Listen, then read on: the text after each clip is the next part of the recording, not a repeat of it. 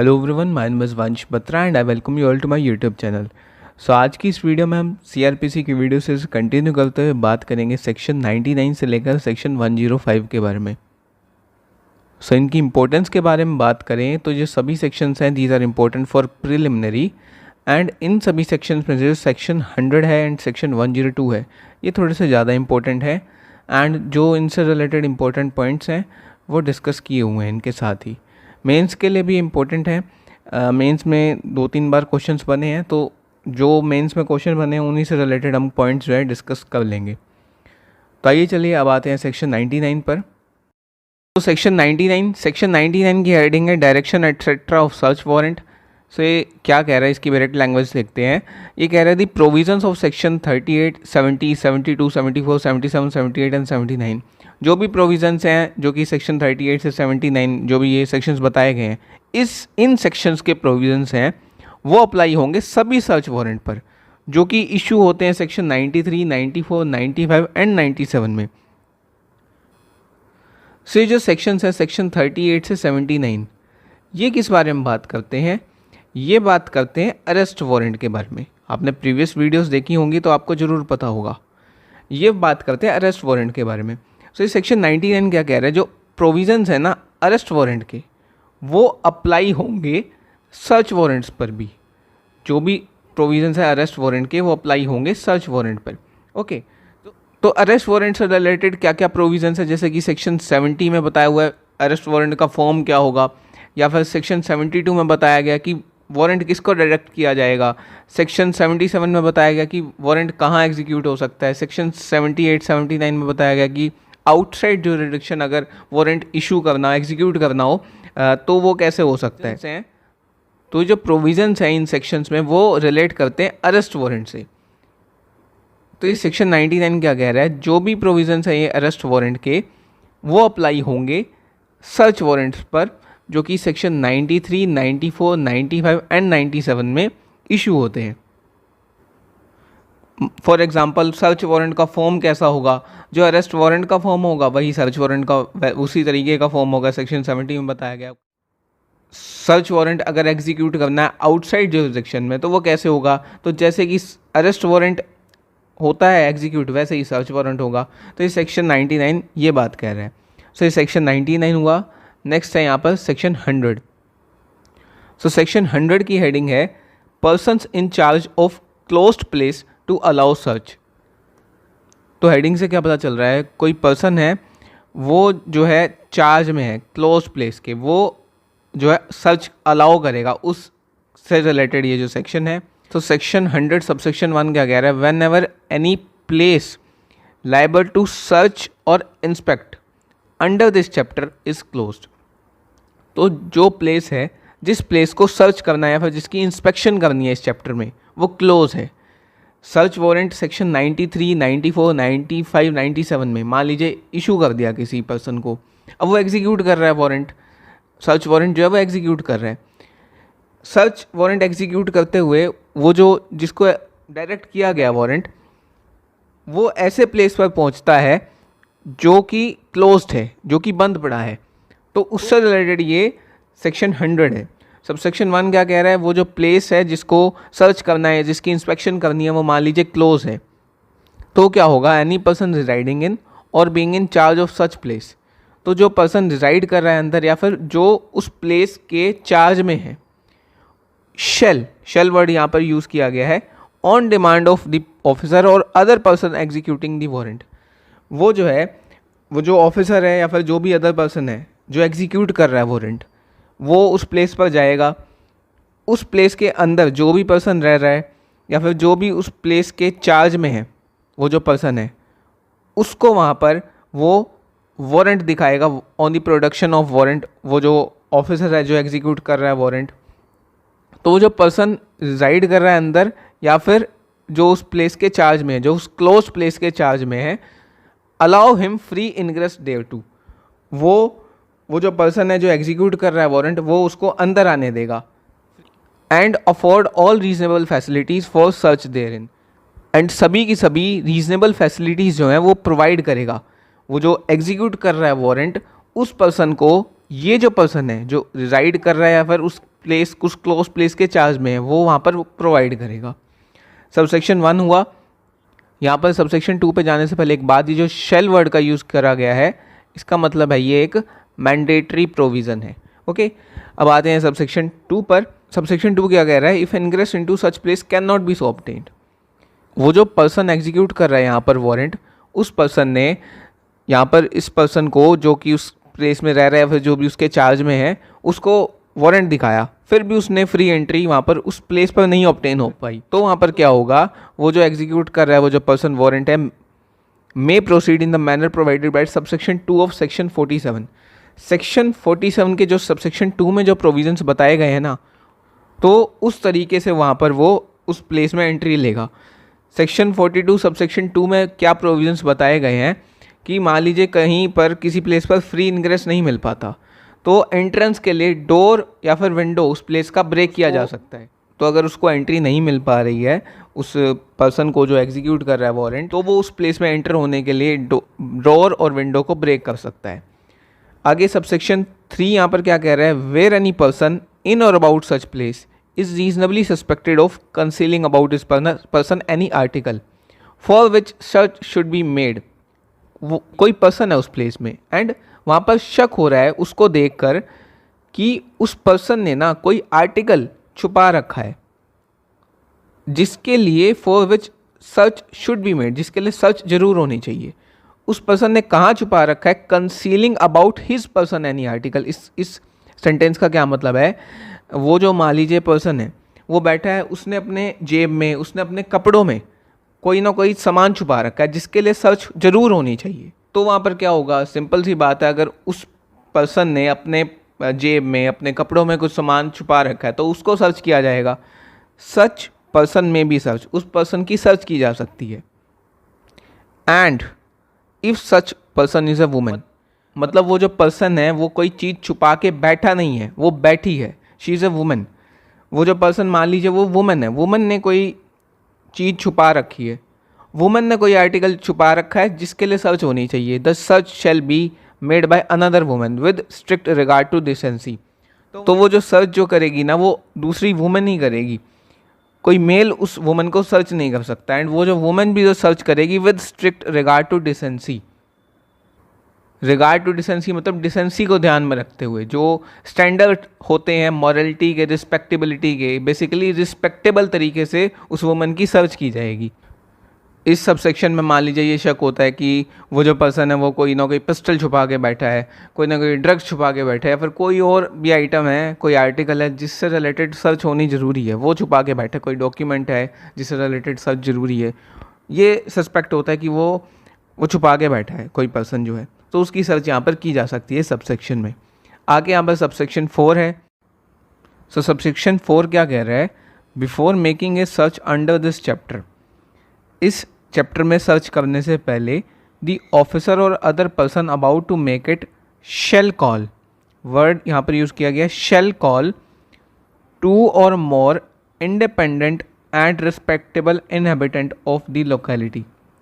मतलब इस चैप्टर में सर्च करने से पहले वो जो भी ऑफिसर है जो सर्च कर रहा है, यहाँ पर जो सर्च वारंट एग्जीक्यूट कर रहा है, वो सर्च वारंट एग्जीक्यूट करने से पहले कॉल करेगा, बुलाएगा। किनको बुलाएगा? 2 या फिर 2 से ज़्यादा इंडिपेंडेंट एंड रिस्पेक्टेबल इनहेबिटेंट को।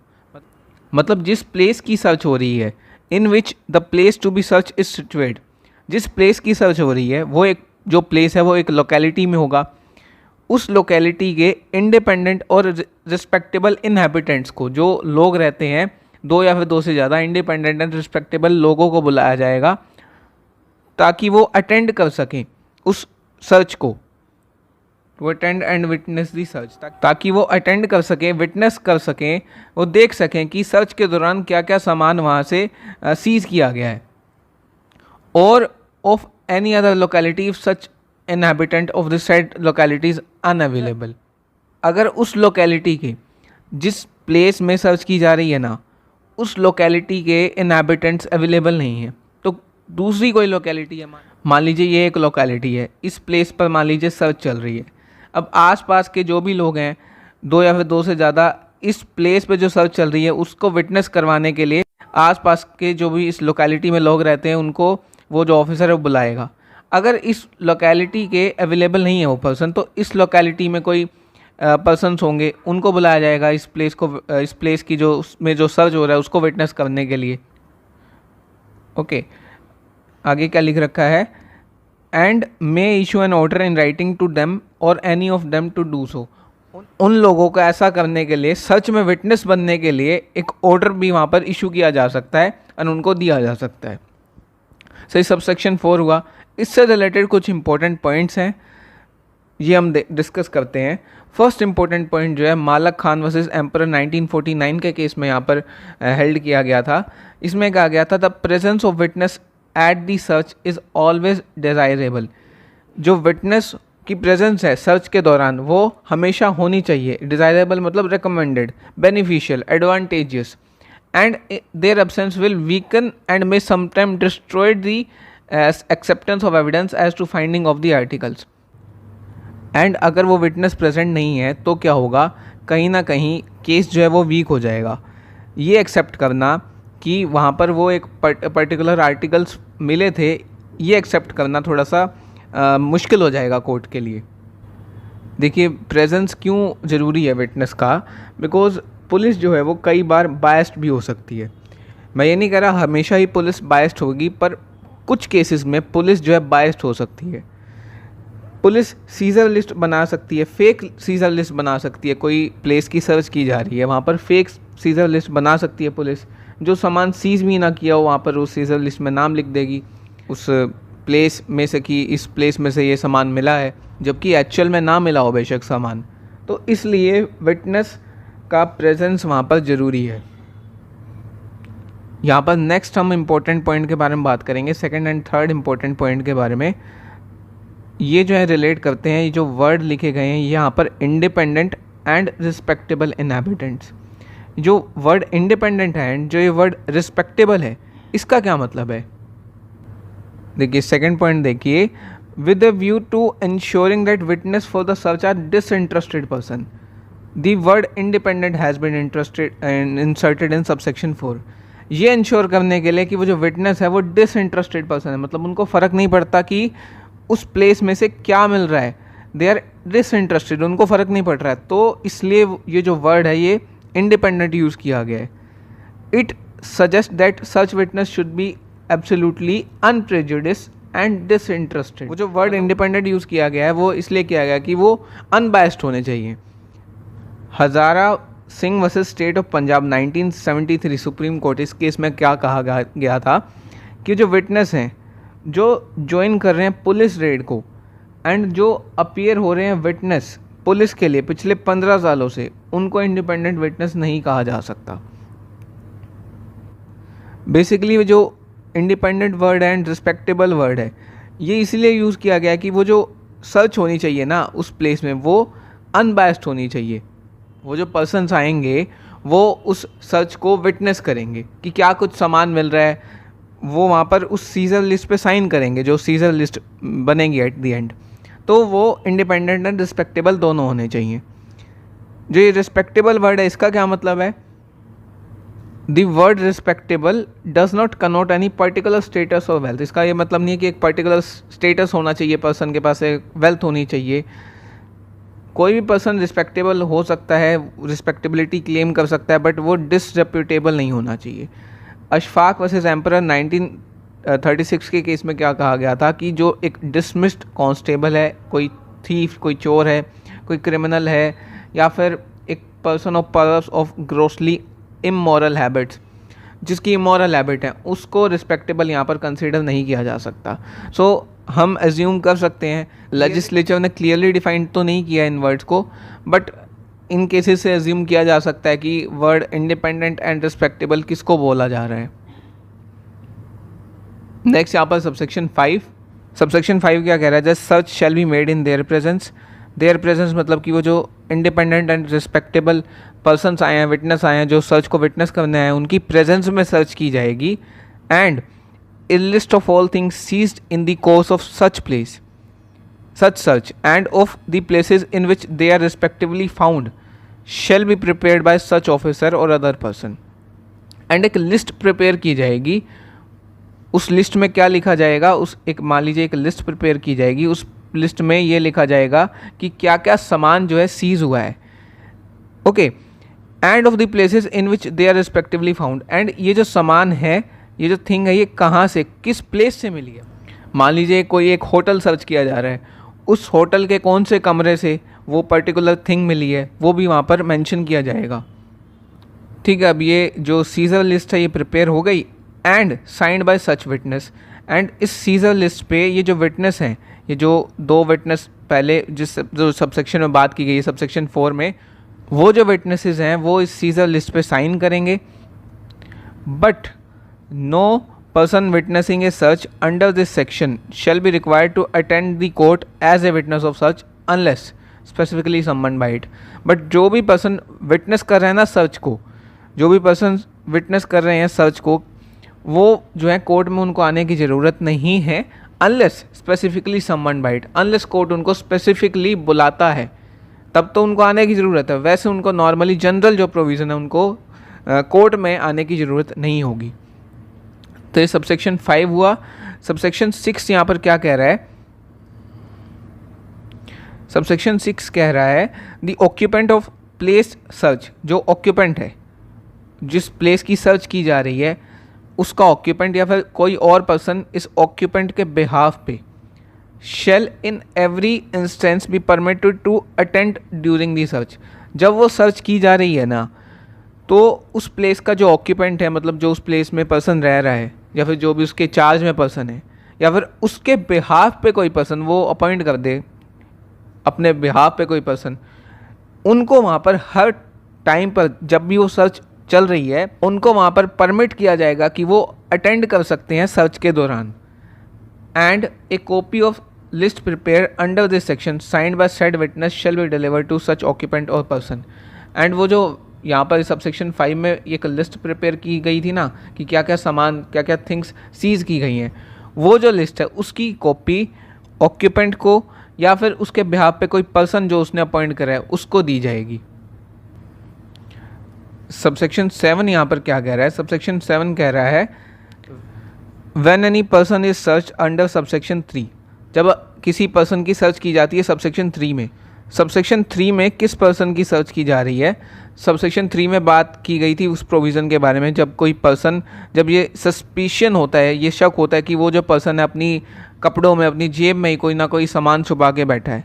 तो मान लीजिए जब उस पर्सन की सर्च की जा रही है तो जो भी उस पर्सन के पास से सामान मिलेगा, a list of all things taken possession of shall be prepared and copy thereof shall be delivered to such person.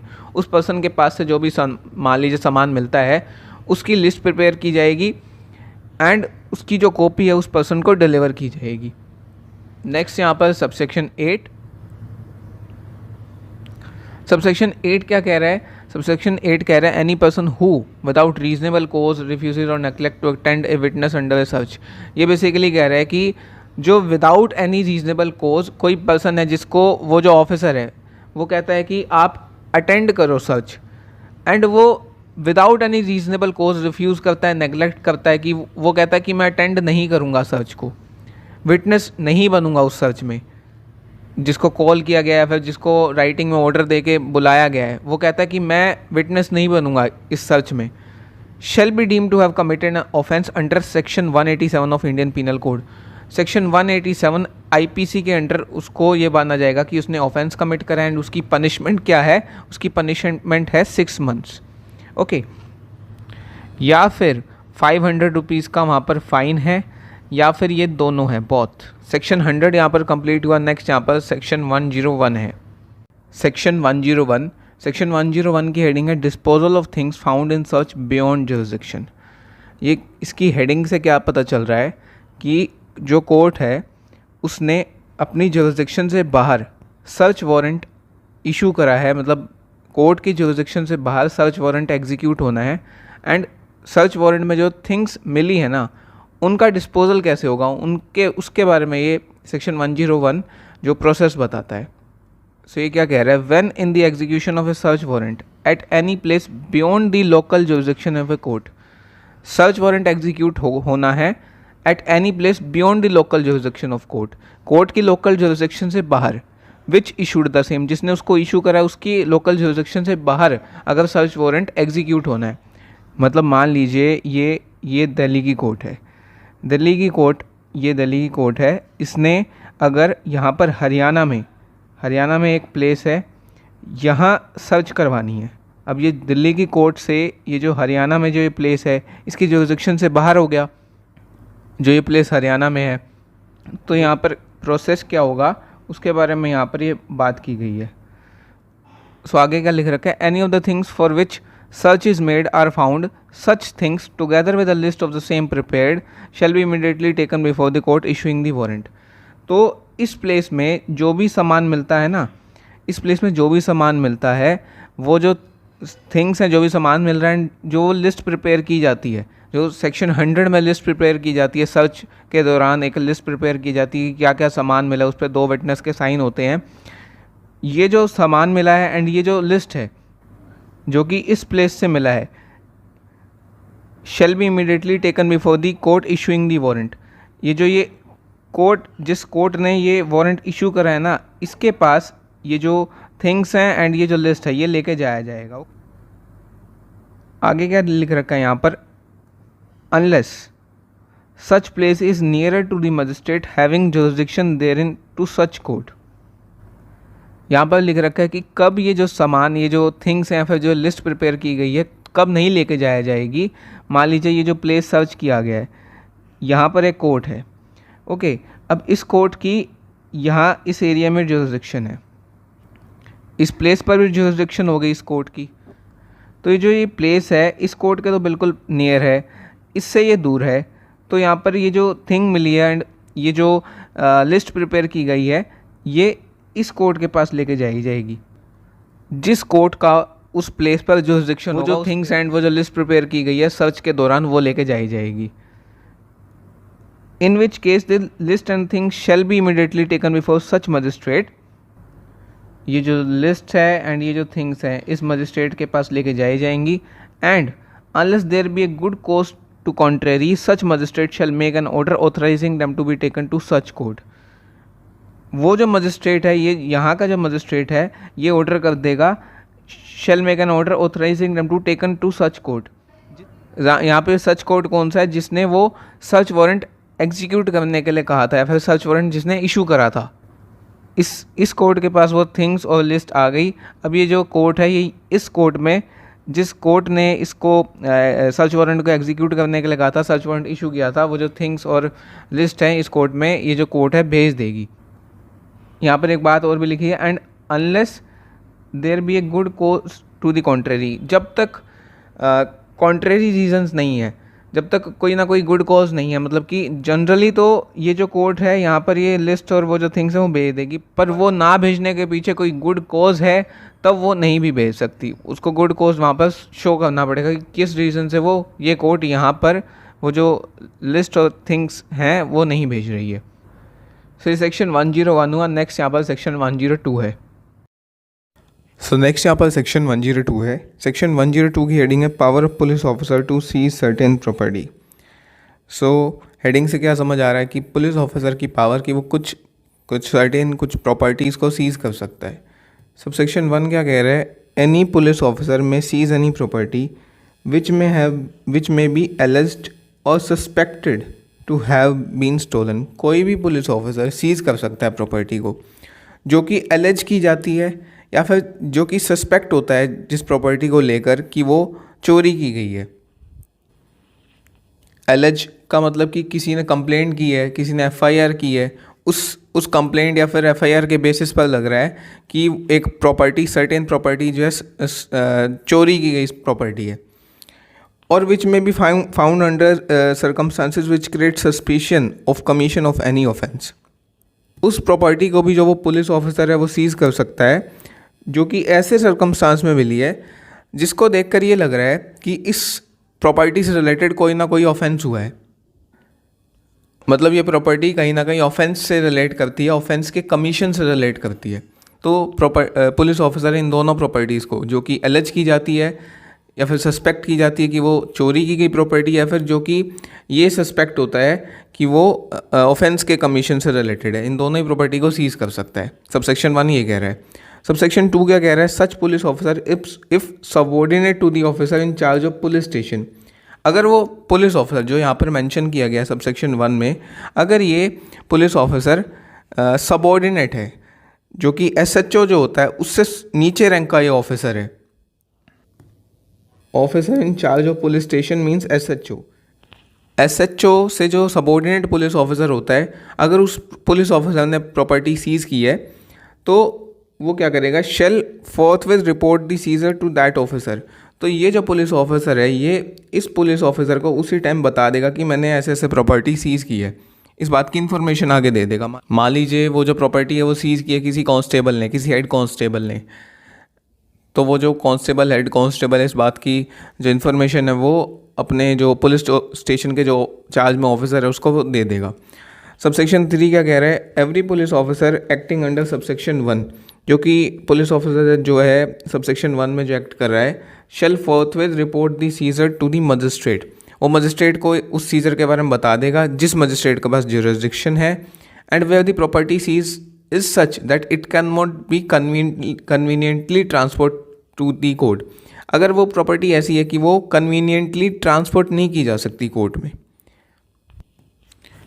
और where there is a difficulty in securing proper accommodation for the custody of such property, या फिर जहाँ पर difficulty है उस property का accommodation secure करने में, कि उस प्रॉपर्टी को कहाँ रखा जाए।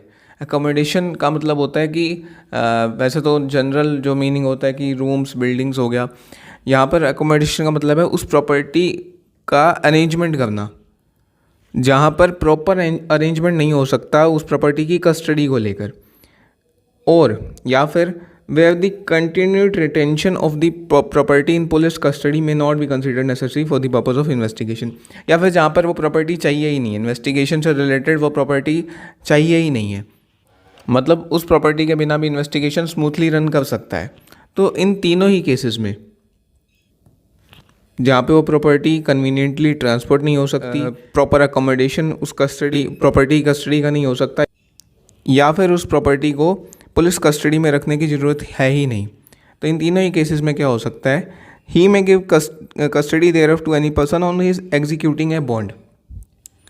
वो पुलिस ऑफिसर क्या करेगा? एक पर्सन को जो कि बॉन्ड एग्जीक्यूट करवाने के लिए तैयार है, उस पर्सन को वो जो पुलिस ऑफिसर है उस प्रॉपर्टी की कस्टडी दे देगा, undertaking to produce the property before the court as and when required to give such effect further out of the court as to disposal of the same.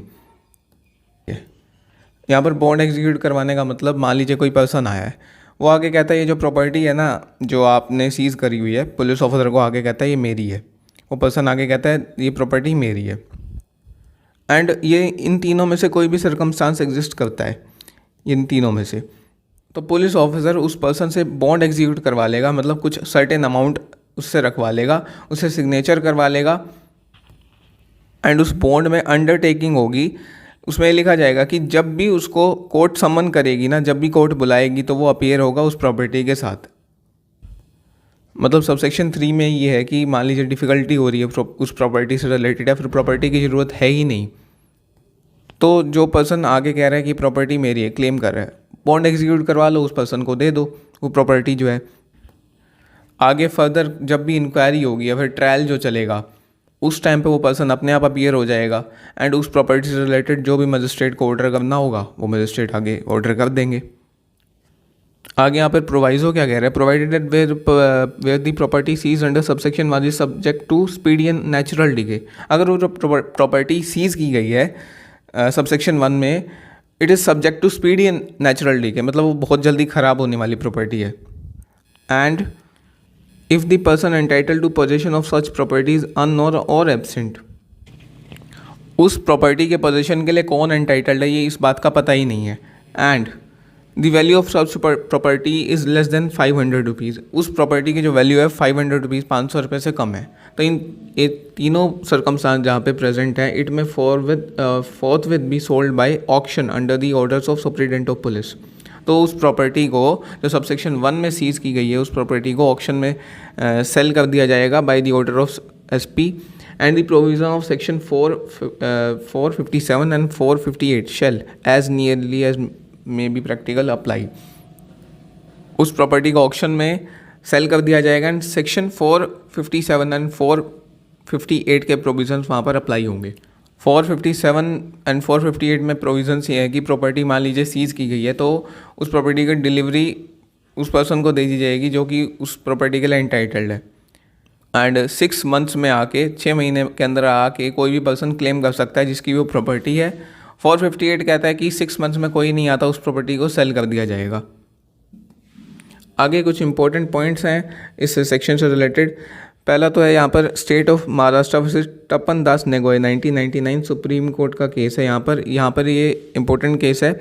ये कहा गया था कि जो बैंक अकाउंट है एक्यूज पर्सन के and उसके relative के, वो इस सेक्शन में प्रॉपर्टी वर्ड के अंदर आते हैं, जहाँ पर ये शक होता है कि जो ऑफेंस है वो रिलेट करता है अकाउंट से, तो जो प्रोविजंस है सेक्शन 102 वो अट्रैक्ट हो जाएंगे। जो पुलिस ऑफिसर है वो इस सेक्शन में बैंक अकाउंट भी किसी पर्सन का सीज कर सकता है अगर वो अकाउंट ये बिलीव होता है, ये सस्पिशन होता है कि वो ऑफेंस से रिलेट करता है।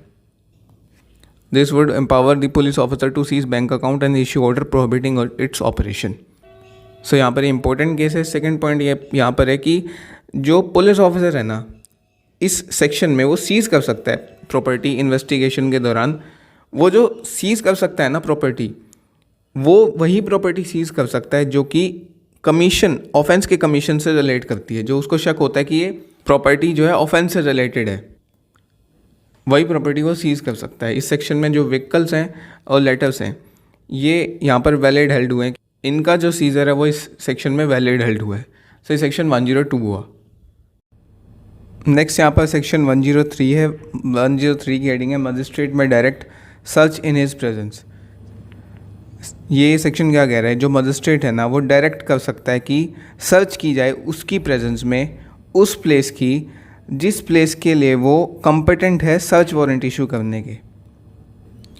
मान लीजिए कोई मजिस्ट्रेट हैं वो किसी प्लेस पर खड़े हैं, उस प्लेस के लिए वो सर्च वारंट इशू कर सकते हैं। तो फॉर्मली सर्च वारंट इशू करने की रिक्वायरमेंट नहीं है।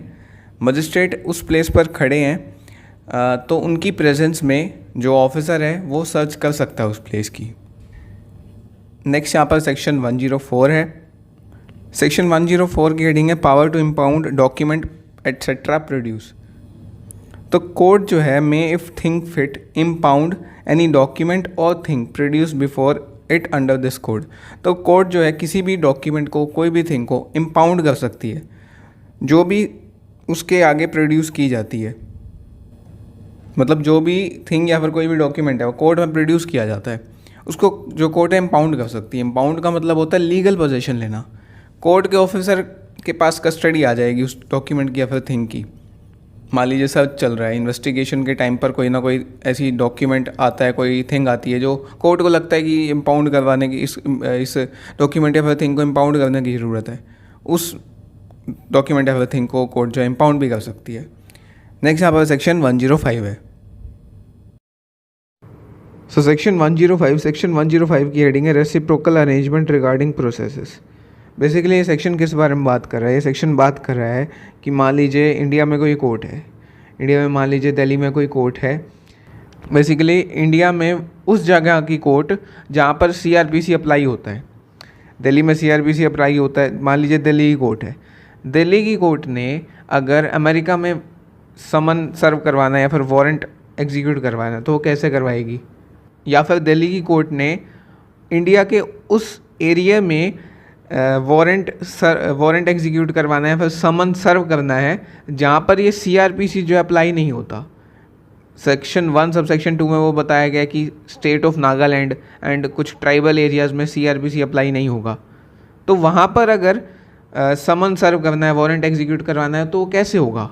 सेक्शन 105 में बताया गया है। वहीं अगर रेसिप्रोकली बात करें कि अगर अमेरिका की कोर्ट ने इंडिया में वारंट एग्जीक्यूट करवाना है, समन सर्व करना है, वो कैसे होगा? सेक्शन 105 में सारा प्रोसेस बताया गया है। सब सेक्शन 1 क्या कह रहा है? Where a court in the territories to which the code extend here and in this section refer to a said territory. कोई एक कोर्ट है उस टेरिटरी में जहाँ पर ये CRPC अप्लाई होता है, कोड अप्लाई होता है, एंड वो जो टेरिटरी है उसको यहाँ पर सेड टेरिटरी बोला गया है इस सेक्शन में, ये ध्यान रखिएगा। मतलब जिस टेरिटरी पर, जिस प्लेस पर CRPC अप्लाई होता है ना, उनको सेड टेरिटरीज बोला गया है इस सेक्शन में।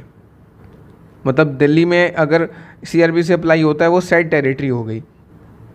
तो जहाँ भी CRPC अप्लाई होता है, फॉर एग्जांपल मैं मान लेता हूँ दिल्ली में CRPC अप्लाई होता है, हरियाणा में होता है, मान लीजिए हरियाणा में या फिर दिल्ली में, दिल्ली की एग्जांपल ले लेते हैं। दिल्ली में एक कोर्ट है, दिल्ली की कोर्ट डिज़ायर करती है, क्या डिज़ायर करती है? वो ये चाहती है कि वो समन सेंड करे अक्यूज पर्सन को, या फिर अरेस्ट वारंट सेंड करे अक्यूज पर्सन को, या फिर समन करे किसी पर्सन को कि वो अटेंड हो और प्रोड्यूस करे एक डॉक्यूमेंट, या फिर खाली प्रोड्यूस करे डॉक्यूमेंट, या फिर कोई और थिंग प्रोड्यूस करवाना चाहती है वो, या फिर सर्च वारंट एग्जीक्यूट करवाना चाहती है। जो उसने इशू करें वो कहाँ एग्जीक्यूट करवाना चाहती है? फर्स्ट पॉइंट देखिए, within the local jurisdiction of a court in any state or area in India outside the said territories. कोई ऐसे स्टेट में वो जो दिल्ली की कोर्ट है वो एग्जीक्यूट करवाना चाहती है वारंट को, या फिर सर्व करना चाहती है इस वारंट को कोई ऐसे स्टेट में, कोई ऐसे एरिया में जो कि इंडिया में है, बट जो आउटसाइड दी सेड टेरिटरीज है। सेड टेरिटरीज मतलब जहाँ पे CRPC अप्लाई होता है। अब आउटसाइड दी सेड टेरिटरीज मतलब कि जहाँ CRPC अप्लाई नहीं होता, बट वो एरिया जो है इंडिया में ही है। पहले क्या था, 2019 Jammu and Kashmir reorganisation act आने से पहले जम्मू एंड कश्मीर में भी ये जो कोड है एक्सटेंड नहीं कर सकता, CRPC जो है एक्सटेंड नहीं करता था, बट प्रेजेंटली जो है CRPC J&K पे अप्लाई होता है। बट कुछ ऐसे स्टेट्स हैं, कुछ ऐसे एरियाज़ भी हैं जहाँ आज भी, जो इंडिया में है, जहाँ पर CRPC अप्लाई नहीं होता, जैसे स्टेट ऑफ नागालैंड या फिर कुछ ट्राइबल एरियाज जो सेक्शन 1 सब सेक्शन 2 में बताया गया है। तो अगर दिल्ली की कोर्ट जो है उसने अगर एग्जीक्यूट करवाना है, वारंट सर्व करना है समन ऐसे स्टेट में या फिर ऐसे एरिया में, तो वहाँ के जो कोर्ट होगा, जहाँ जिस भी कोर्ट की वहाँ पर लोकल जुरिसडिक्शन होगी, वहाँ पर वो समन या फिर वारंट सेंड करना पड़ेगा। इट में सेंड सच समन और वारंट इन डुप्लीकेट, डुप्लीकेट में सेंड करेगी वो जो दिल्ली की कोर्ट है। किसी भी वो जो स्टेट, मान लीजिए मैं एग्जांपल यहाँ पर दिल्ली की कोर्ट का ले रहा हूँ, आप कुछ भी सोच सकते हैं जहाँ भी CRPC अप्लाई होता है। बेसिकली हरियाणा की कोर्ट हो गई, पंजाब की होगी, महाराष्ट्र की होगी, तो जो दिल्ली की कोर्ट है वो सेंड कर देगी समन या फिर वारंट जो है इन डुप्लीकेट बाय पोस्ट और अदरवाइज पोस्ट के जरिए, या फिर अदरवाइज मतलब किसी पर्सन को भी भेज सकती है वहाँ पर। टू किसको सेंड कर देगी? The presiding officer of that court. जो भी कोर्ट है जिसकी लोकल जुरिसडिक्शन है उस एरिया में, उसके प्रिजाइडिंग हो, मतलब उसके जो जज होता है उसका, उस कोर्ट का, या फिर जो भी मजिस्ट्रेट होगा उस कोर्ट का, उसको वो वारंट या फिर समन इन डुप्लीकेट सेंड कर दिए जाएंगे। आगे का लिख रखा है, and where any summon refer to in clause A और clause C has been so served the provision of section 68 shall apply. मतलब जब भी क्लॉज A में या फिर क्लॉज C में समन सेंड किए जाएंगे तो सेक्शन 68 के प्रोविज़न वहाँ पर अप्लाई होंगे। सेक्शन 68 यहाँ पर क्या कह रहा है? बेसिकली जो भी ये आउटसाइड दी सेड टेरिटरीज़, जो भी ये आउटसाइड दी सेड टेरिटरीज़ में जो भी कोर्ट है, उसको दिल्ली की कोर्ट ने, हम एग्जांपल लेके चल रहे हैं कि दिल्ली की कोर्ट ने वहाँ पर उस प्लेस में उस कोर्ट को समन सर्व कर दिया, तो वो जो कोर्ट है आगे समन सर्व करवाएगी। समन सर्व करवाते हुए कोई ना कोई वो ऑफिसर भेजेगी या फिर कोई ना कोई पर्सन भेजेगी जो वहाँ पर वो समन सर्व करेगा। तो वो जो समन जो वो पर्सन सर्व करेगा ना, वो एक एफिडेविट लिख के देगा, एफिडेविट प्रिपेयर करके देगा कि उसने समन अच्छी तरीके से ड्यूली सर्व कर दिया है। एंड जिसको समन सर्व करा है ना उसने, उस पर्सन ने, उसका वहाँ पर वो सिग्नेचर भी लेके आएगा। फर्स्ट पॉइंट में था कि कोई ऐसे एरिया में, कोई ऐसे स्टेट में वारंट एग्जीक्यूट करवाना है, समन सर्व करना है जो कि इंडिया में है, बट वहाँ पर CRPC अप्लाई नहीं होता। सेकंड पॉइंट यहाँ पर किस बारे में बात कर रहा है? कोई ऐसे प्लेस में, कोई ऐसी कंट्री में जब समन सर्व करवाना होता है, फिर वारंट एग्जीक्यूट करवाना होता है जो कि इंडिया से ही बाहर है, तो वहाँ पर क्या प्रोसेस होता है, ये as it is same lining है। यहाँ पर ये सेकंड पॉइंट आ गया। हम यहाँ पर एग्जांपल लेके चल रहे हैं कि वो जो दिल्ली की कोर्ट है वो डिज़ायर करती है कि वो समन सर्व करे, फिर एग्जीक्यूट करवाए इन एनी कंट्री और place outside India, in respect of which arrangement have been made by central government with the government of such country, जिसके रिस्पेक्ट में हमारी जो सेंट्रल गवर्नमेंट है उसने अरेंजमेंट कर रखे हैं उस कंट्री के साथ। रेसिप्रोकल अरेंजमेंट होते हैं कि इंडिया ने अगर बाहर आउटसाइड इंडिया अगर समन सर्व करवाना है, वारंट एग्जीक्यूट करवाना है, तो वहाँ पर वो हो सकता है। वहीं अगर उन्होंने अगर यहाँ पर एग्जीक्यूट करवाना है, वारंट समन सर्व करना है, यहाँ भी हो सकता है। तो ये रेसिप्रोकल अरेंजमेंट्स होते हैं। समन और warrant in relation to criminal matter here and after in this section refer to contracting state. वो जो स्टेट है, वो जो कंट्री है, उसको इस सेक्शन में कॉन्ट्रैक्टिंग स्टेट करके बताया गया है। कॉन्ट्रैक्टिंग स्टेट यहाँ पर उसको बोला गया है जिस कंट्री के साथ अरेंजमेंट हुआ हुआ है, कॉन्ट्रैक्ट हुआ हुआ है समन एंड वारंट से रिलेटेड, उसको कॉन्ट्रैक्टिंग स्टेट बोला गया है। तो वहाँ पर क्या होगा, अगर मान लीजिए दिल्ली की कोर्ट है, वो चाहती है कि अमेरिका में किसी प्लेस पर समन सर्व हो या फिर वारंट एग्जीक्यूट हो, तो क्या होगा, it may send such summons or warrant in duplicate in such form directed to such court जज or magistrate send to such authority for transmission as central government may by notification specify in this behalf. तो मान लीजिए America में एक place है, वहाँ पर समन सर्व करना है, फिर वारंट एग्जीक्यूट करवाना है, तो वहाँ पर इट में सेंड सच समन या फिर वारंट को इन डुप्लीकेट, वहाँ पर डुप्लीकेट में भेज दिया जाएगा इन सच फॉर्म, उस फॉर्म में, एंड उस कोर्ट को, उस जज को या फिर उस मजिस्ट्रेट को वो डायरेक्ट किया जाएगा एंड उस अथॉरिटी को ट्रांसमिशन के लिए भेजा जाएगा, जैसे कि वहाँ पर सेंट्रल गवर्नमेंट बताएगी। मतलब उस समन वारंट का फॉर्म क्या होगा, किस कोर्ट जज मजिस्ट्रेट को वो सेंड किया जाएगा एंड किस अथॉरिटी को आगे वो ट्रांसमिशन के लिए भेजा जाएगा। इंडिया में कौन सी अथॉरिटी होगी वो जो आगे उसको समन या फिर वारंट को सेंड करेगी, वो वहाँ पर सेंट्रल गवर्नमेंट बताएगी। तो हमने दोनों पॉइंट देखे कि हमने अगर सर्व करना है, समन एग्जीक्यूट करना है वारंट आउटसाइड जहाँ पर ये कोर्ट एक्सटेंड नहीं होता वहाँ पर, तो क्या प्रोसेस होगा। अब ये सेकंड सबसेक्शन में उस बारे में बात होगी जहाँ पर उस एरिया से, उस प्लेस से वो वारंट या फिर समन आया जहाँ पर सीआरपीसी अप्लाई नहीं होता, या फिर फॉरेन कंट्री से कोई समन या फिर वारंट आया है। तो ये सबसेक्शन 2 क्या कह रहा है, where warrant in the said territory has received as service और एग्जीक्यूशन।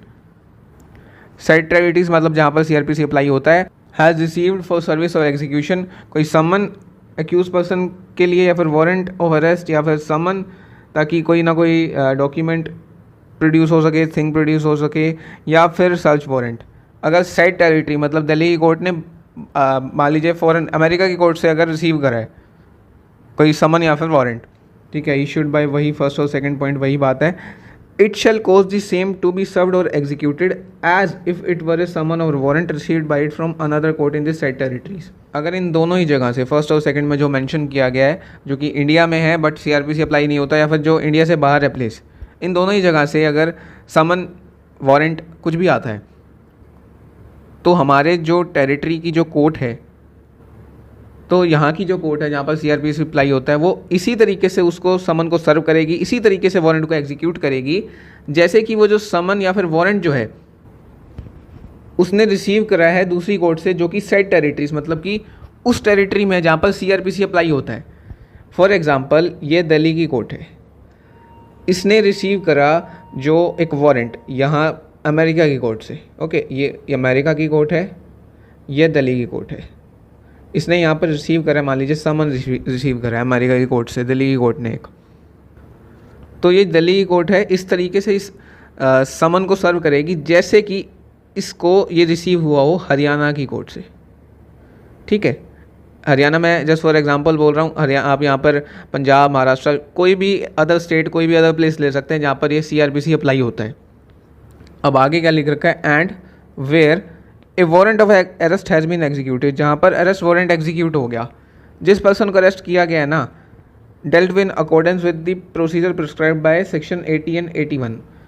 ये जो अमेरिका की कोर्ट ने, इसने वो अरेस्ट वारंट मान लीजिए सेंड किया था दिल्ली की कोर्ट को।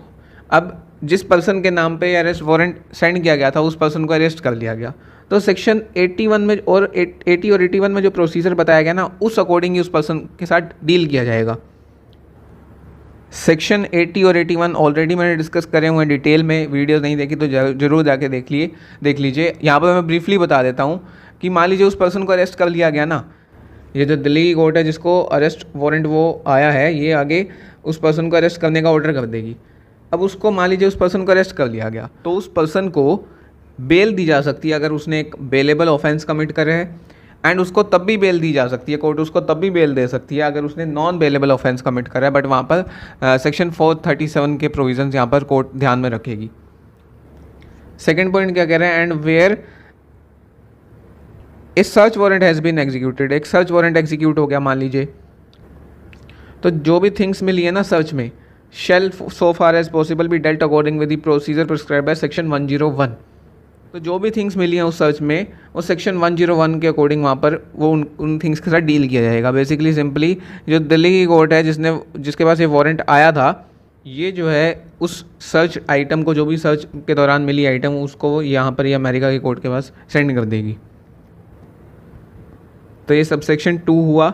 लास्ट यहाँ पर प्रोवाइजो रह गया, प्रोवाइजो देख लेते हैं क्या कह रहा है। सो प्रोवाइजो कह रहा है provided that in case where summon or search warrant received from a contracting state has been executed.